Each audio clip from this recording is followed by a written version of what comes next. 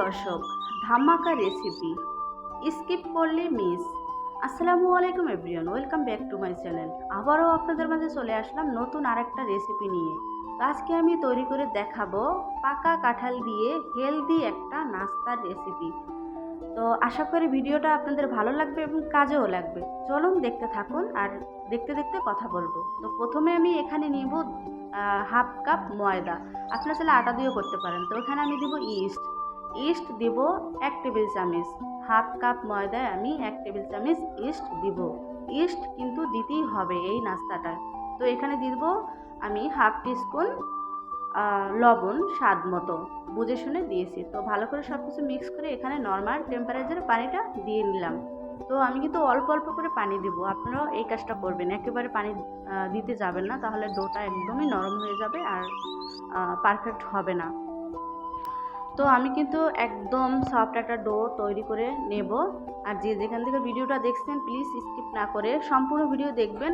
আর টেনে টেনে দেখলে ভিডিও অনেক কিছু মিস করবেন। তো এখানে আমি দিয়ে দিলাম 1 টেবিল চামচ রেগুলার রান্নার তেলটা আগে দেওয়ার কথা, সেটা আমার একটু মানে স্কিপ হয়ে গেছে, দিতে পারিনি। তো আমি কিন্তু সফট ডোটা তৈরি করা শেষ, এটাকে আমি মাত্র 10 মিনিটের জন্য রেস্টে রেখে দেব। তো এটাকে আমি রেস্ট রেখে সাইডে করে রেখে দিয়ে তারপরে এখানে নিব এখন কাঁঠাল।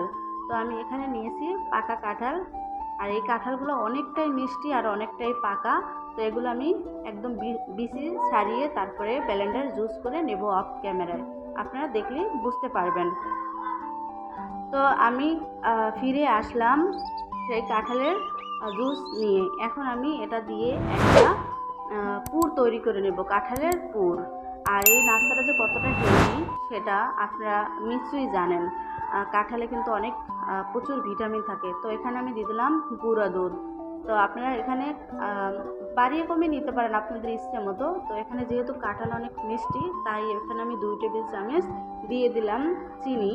একটু মিষ্টি মিষ্টি ভাব লাগবে, খেতে ভালো লাগবে। তো অল্প একটু আমি পানি দিয়ে দিলাম। এখানে বেশি পানি দেওয়ার দরকার নেই, কারণ এই পুরটা একদম ঘন হবে। তো এখানে আমি পুরটা ঘন করার জন্য দিয়ে দিলাম 1 টেবিল চামচ ময়দা, পানি দিয়ে একটু তারপর গুলে দিয়ে দিলাম।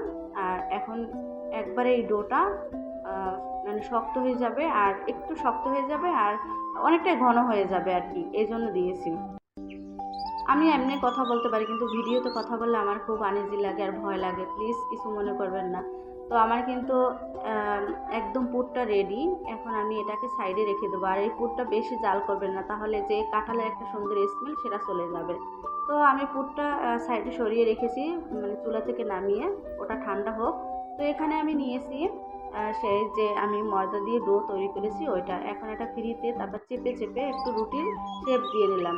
তারপর এখানে আমি দিয়ে দিলাম সেই পুরটা। দেখুন পুরটা কিন্তু ঠান্ডা হয়ে অনেকটাই ঘন হয়ে গেছে, মানে অনেকটা মানে ঘন আঠালো আঠালো টাইপের হয়ে গেছে।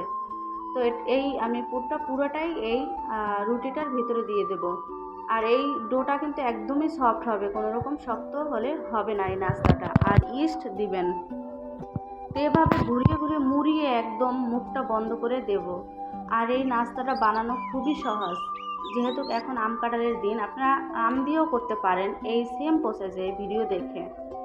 আমি আপনাদেরকে মানে বলতেছি, মানে এই রেসিপিটা খুবই হেলদি। বাচ্চাদের অনেক টাইম বাচ্চারা কাঁঠাল খেতে চায় না, বাচ্চাদেরকে করে দিতে পারেন টিফিনে। তো আমি কিন্তু চেপে চেপে তারপর একটা বেলুনের সাহায্যে আলতো করে তারপরে এই রুটিটা তৈরি করে নিলাম। আপনারা বেশি গায়ের জোরে করতে গেলে ফেটে তারপরে কাঁঠালের যে পুরটা সেটা বেরিয়ে যাবে। তো এভাবে আমি চেপে চেপে রুটিটা বড় করে নিয়েছি।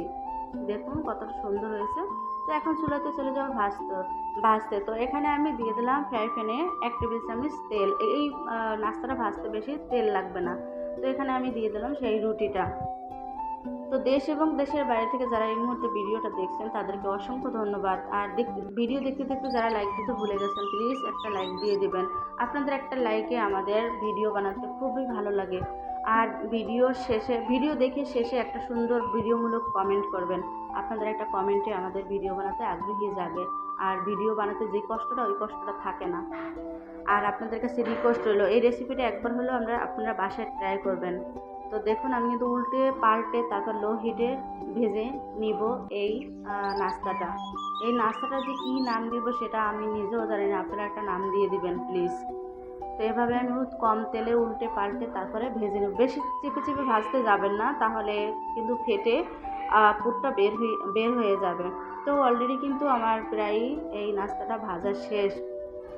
মানে আপনি যদি এই নাস্তাটা কেউ একবার করে খাওয়ান, আপনার প্রশংসা করবেই করবে, আর আপনার মানে এই রেসিপির প্রেমে পড়ে যাবে।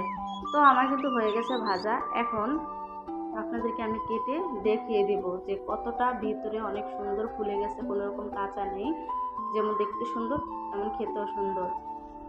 তো নতুন বন্ধুরা যারা ভিডিও দেখে এই পর্যন্ত আসছো, এখনও লাইক শেয়ার সাবস্ক্রাইব কিছু করো নাই, প্লিজ সাবস্ক্রাইব করে আমার চ্যানেলের পাশে থাকবে। আর ভিডিওটার কোনো অংশ যদি আপনাদের কাছে ভালো লাগে প্লিজ বেশি বেশি একটু শেয়ার করে দিবেন। তো সবাই ভালো থাকবেন, সুস্থ থাকবেন। দেখা হবে নেক্সট কোনো ভিডিও নিয়ে।